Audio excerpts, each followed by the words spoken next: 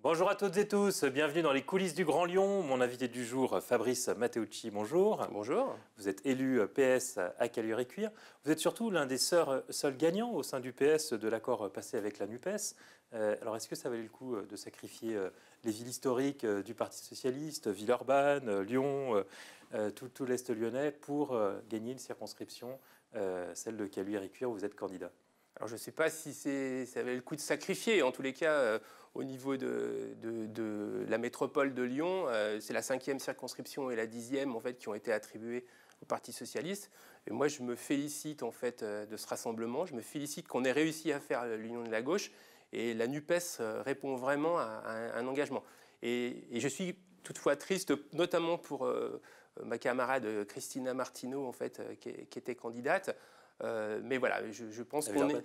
Pardon. À Villeurbanne. À Villeurbanne. Mais je pense que voilà, c'est une étape importante et je suis content en fait de représenter le Parti Socialiste dans le cadre de ces élections législatives au sein de la NUPES. Beaucoup ont dénoncé un accord de dupes parce que c'est une circonscription qui paraît peu gagnable. Vous-même, vous étiez candidat au municipal en 2020. Vous n'avez fini qu'à la 4e place avec 7% des voix. Honnêtement, la NUPES ne vous fait pas un cadeau en vous investissant dans la 5e circonscription. Mais si, c'est un cadeau. C'est un cadeau pour l'avenir, c'est un cadeau pour le peuple de gauche et les écologistes sur la circonscription. C'est un moment historique, c'est vraiment l'occasion de pouvoir porter un programme commun fort, un programme de gouvernement, un programme de transformation. Et donc moi, je vois ça comme un cadeau qui est fait, je ne vois pas ça comme quelque chose, une mise à côté ou m'envoyer dans le mur. Non, je pense que les murs sont faits aussi pour être dépassés. Et je vois vraiment ça comme un cadeau. Et je parlerai aussi de l'enthousiasme, en fait. Les gens que je rencontre dans les marchés, les gens que je rencontre dans le cas des porte-à-porte, ils sont enthousiastes. Quand on leur dit c'est le rassemblement de l'Union de la gauche et des écologistes, eh ben, ils prennent le sourire. Ils sont contents, ils disent enfin. Et moi, je suis porté par ça. Vous avez fait la campagne d'Anne Hidalgo, naturellement. Quand on a entendu tout ce qu'elle a pu dire sur Jean-Luc Mélenchon pendant cette campagne, vous rêviez vraiment de voir Jean-Luc Mélenchon Premier ministre en juin prochain? Écoutez, les résultats sont là. Voilà. Donc les résultats sont là. Jean-Luc Mélenchon a entraîné une dynamique.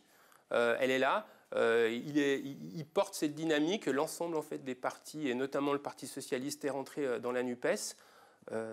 Voilà, donc je ne sais pas la question si c'est rêvé. En tous les cas, c'est notre trajectoire, c'est notre perspective. Et il faut absolument qu'on ait cette majorité pour pouvoir transformer en fait, la politique conduite en France. Alors, dans cette circonscription, on a dit que vous êtes élu à Caluire.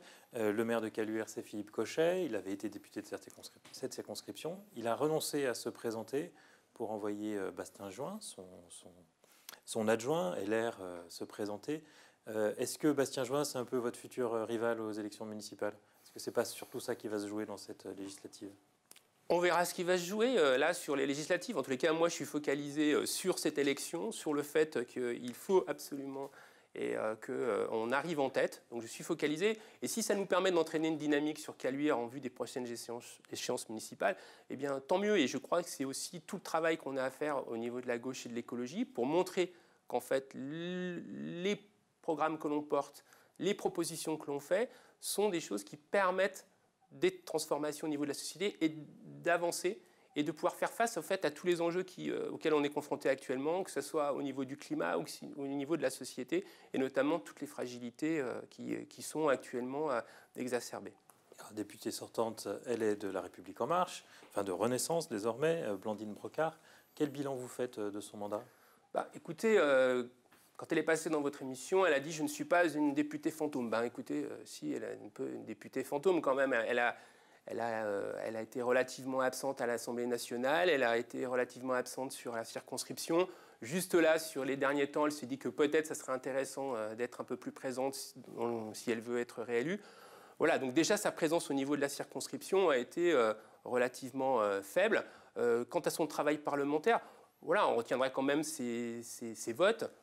Quand même vis-à-vis de la PMA, au niveau de la bioéthique, sur des positions... Elle s'est opposée à la procréation médicalement assistée qui a été votée par Emmanuel Macron. Voilà, donc elle s'est opposée, mais dans le même temps, voilà, ça pose un certain nombre de questions. Elle a eu aussi une position relativement ambiguë vis-à-vis des perturbateurs endocriniens et notamment les néonicotinoïdes.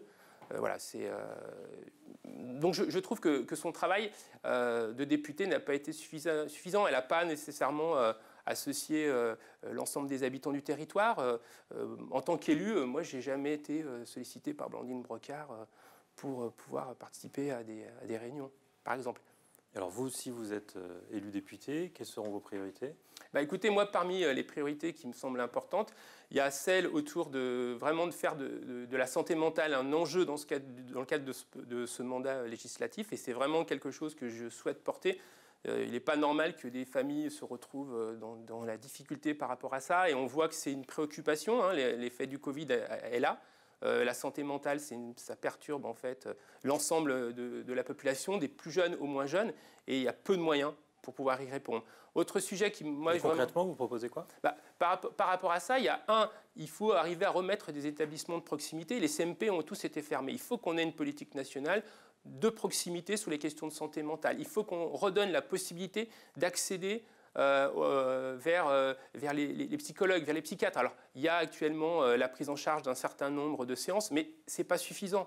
Et il faut aussi qu'on puisse accompagner les familles qui se retrouvent en difficulté sur ces questions de santé mentale, que ce soit de la santé mentale liée à des situations psychiques, mais que ce soit aussi de la santé mentale liée en fait à des burn-out, à des situations de stress ou de charge mentale trop importantes. Donc il y a une nécessité de remettre de la proximité, de redonner les moyens à la santé mentale. Donc ça, c'est vraiment important. Autre sujet sous le thème de la santé, il faut aussi donner des moyens et prendre conscience de l'importance de la santé environnementale. La santé environnementale, c'est quelque chose qui est important, c'est-à-dire qu'elle impacte sur notre quotidien, sur le quotidien de l'ensemble des Français, et elle se joue au travers de l'alimentation, elle se joue à travers des pollutions, elle se joue à travers en fait aussi des conditions de vie. Vous n'êtes pas sur une circonscription très industrielle. Oui, c'est vrai, mais dans le même temps, il y a des impacts. Il y a quand même de l'industrie dans la vallée. Sur Neuville, il y a de l'industrie. Et puis, on ne peut pas dire que c'est parce que c'est à côté qu'on n'est pas concerné. Sur la santé environnementale, on est tous concernés. La façon dont, notamment, on va transformer l'agriculture, les moyens qu'on va donner, la façon dont on va mettre en œuvre en fait, la production agricole, ça a un impact sur la santé environnementale. Et dans votre vidéo de campagne, la première proposition que vous mettez en avant, c'est une politique du dernier kilomètre. Oui. En quoi ça peut être une compétence d'un député ? Alors, dans le cas du travail de député, il y a à la fois la construction de la loi, il y a l'explication de la loi, mais il y a aussi être dans la réalité du territoire. Et dans ce cadre-là, moi, la proposition que je fais, c'est de mettre en place une assemblée citoyenne. Et dans les premières propositions, c'est aussi de réfléchir à cette question du dernier kilomètre. On voit que sur les questions de mobilité, il y a une organisation en fait, de l'espace, des transports collectifs, mais se pose la question de, voilà, j'arrive à la gare, comment je rentre chez moi ? Voilà, comment se joue ce dernier kilomètre ? Et si on veut être vraiment dans une situation décarbonée, c'est-à-dire avec la réduction du carbone, il faut absolument qu'on trouve une solution sur ce dernier kilomètre. Alors ça peut être sur les modalités liées au vélo, ça peut être sur le covoiturage, l'autopartage, mais ça peut être aussi sur la mise en place d'un maillage de transport collectif. Et là, le député, il doit accompagner aussi les collectivités sur ces questions-là, c'est-à-dire qu'il doit être à la fois un relais. Il doit vous êtes sûr que vous ne vous présentez pas plutôt au municipal, là ? Non, mais à un moment donné, je crois qu'il faut aussi se dire que créer une politique nationale, c'est aussi être dans le local. On ne peut pas dire qu'il y a deux mondes. Le monde qui serait un monde local et un monde qui serait un monde national. Les politiques nationales, elles ont besoin du local comme le local a besoin des politiques nationales. Fabrice Matteucci, je vous remercie. Moi, je profite de la fin de cette émission pour saluer mon confrère Frédéric Leclerc-Imhoff et toute la rédaction de BFM, confrère qui est décédé en Ukraine hier.